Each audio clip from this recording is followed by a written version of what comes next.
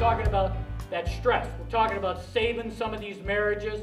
We're talking about some of these kids that really, really miss their dads and moms and really don't understand why they had to leave. Well, March. Callers. Halt. Raise and callers.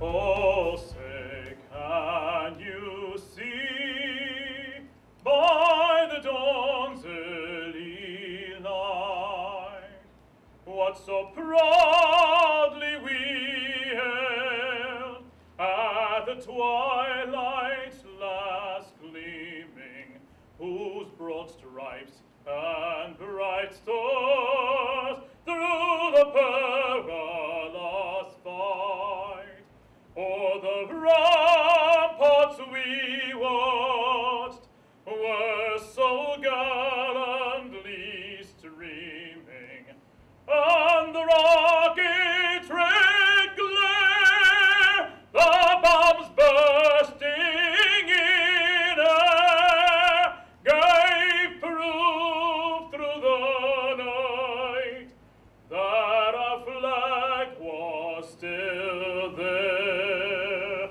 Oh, say does that star-spangled banner yet wave for the land of the free and the home of the brave?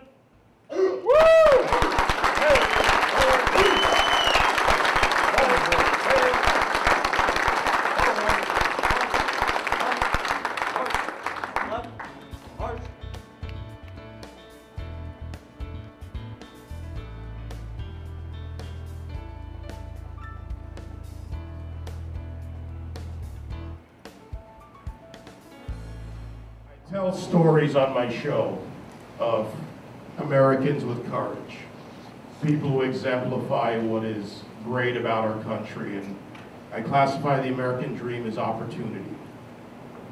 Opportunity is something you define. What will you do with it?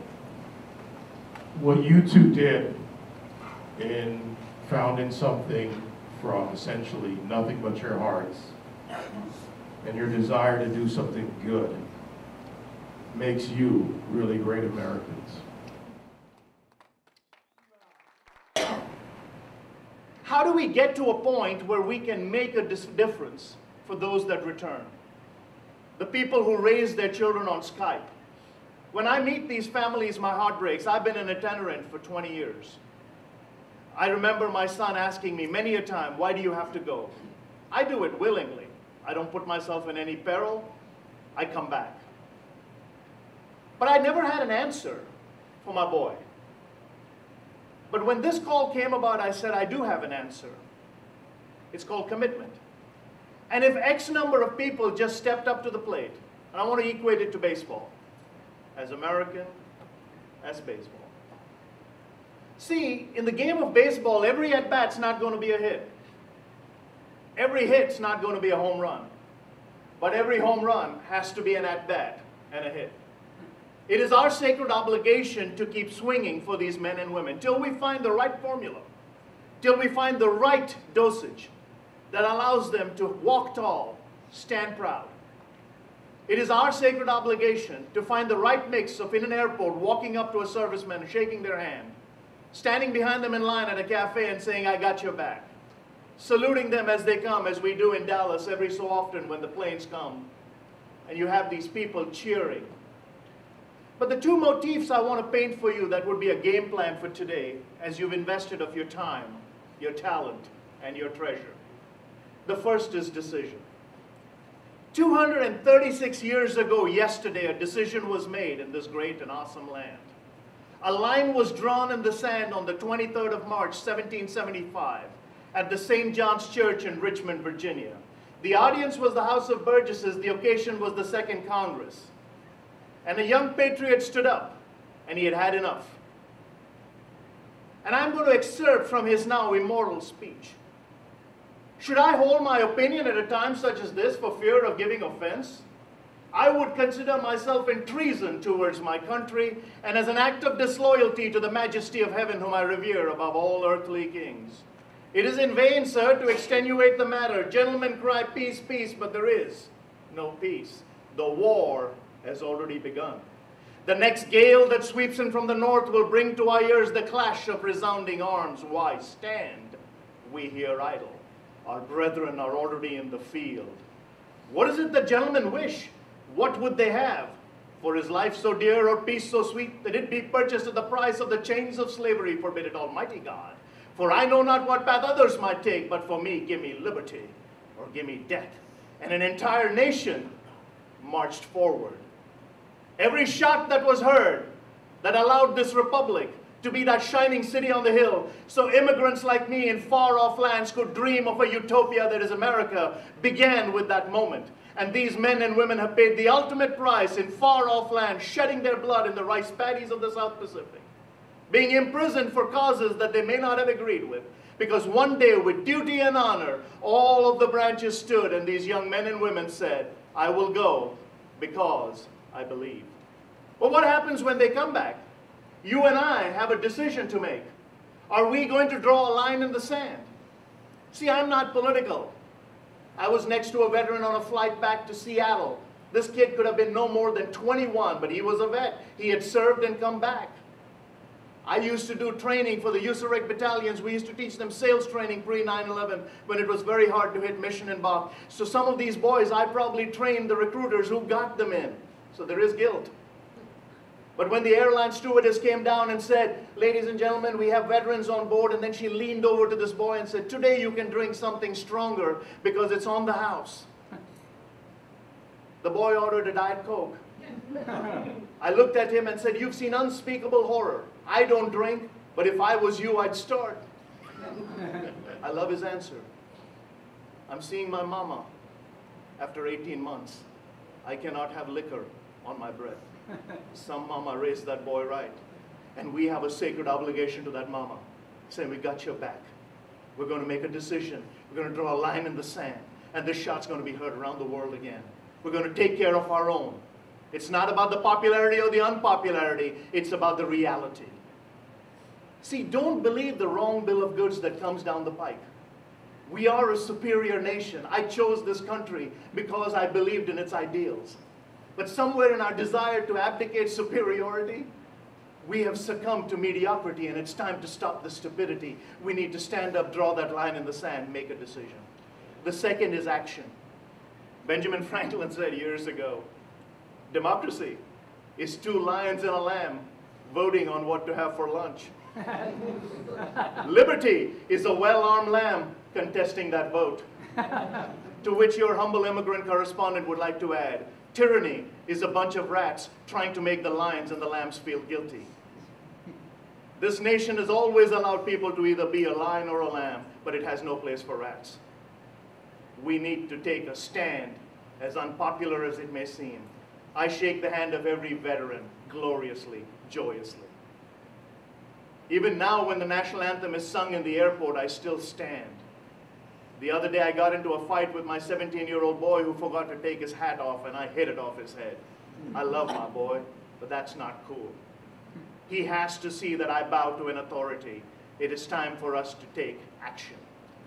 Daniel Webster said it best all those years ago. If we and our posterity reject religious instruction and authority, violate the principles of eternal ethics, trifle on moral injunction, and recklessly destroy the political constitution that upholds us, no man can say how sudden the catastrophe that will overwhelm us and bury all our glory in profound obscurity. America, we have a choice. Take this from me. I've traveled much of the free world. I've flapped my gums in 55 countries on 6 continents. And I've never seen an embassy or a consulate in any of these nations that didn't have a line that says, let me in. On one side, everybody wants to get in. On one side, we have our boys going and fighting wars in the very nations where these people want to come here, who are insulting them, and their primary goal is to obliterate them. How can you do good when evil is staring you in the eye? Then you bring that evil as a package deal. You get off the plane and you come here and you hear rhetoric. And then you hear families that say, why do you have to go? And you have families that say, why do you have to go again and again? One of the families at the Camp Better America, he's on his 5th tour. There's a lot of angst that goes around why he made the decision. But when I look in his eyes, I see someone who says, I'm willing to die for you.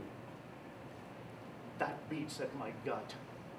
Because the only thing I can do is wait for him to come back saying, I want to return the salute. Today, let's make a decision. Draw a line in the sand. But more importantly, let's take action and take it back one step at a time. T. Lawrence said, all men dream, but not equally. Those that dream in the dark, dusky recesses of their mind wake by day to find that it was but vanity. But those that dream with their eyes open, pay attention to them, for they will change the world. History has always been replete with heroes. We need to complete our arduous task. As Kimberly and Kathleen both put it, I do this of the goodness of my heart. I do 100 events somewhere around the world. I log close to 200,000 miles a year. I don't need to take another trip to make a speech. That's the last thing I need to do. But I need to have the courage of my own conviction to be able to look at my son in the eyes and say, boy, your dad did something.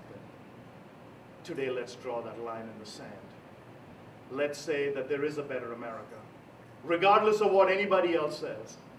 The good days are still out there, and they will come.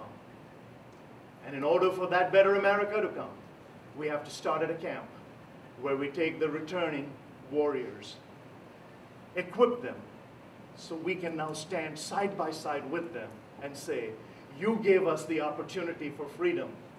The better America we're both going to dream for, we're going to do together.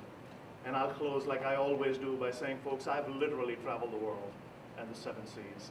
I've been on my highs, many a night I wept on my knees. But of all the people I've spoken to, the most humbled I felt is my time with you. I'm Anila's husband and Nick's dad saying, please do something tonight. God bless you.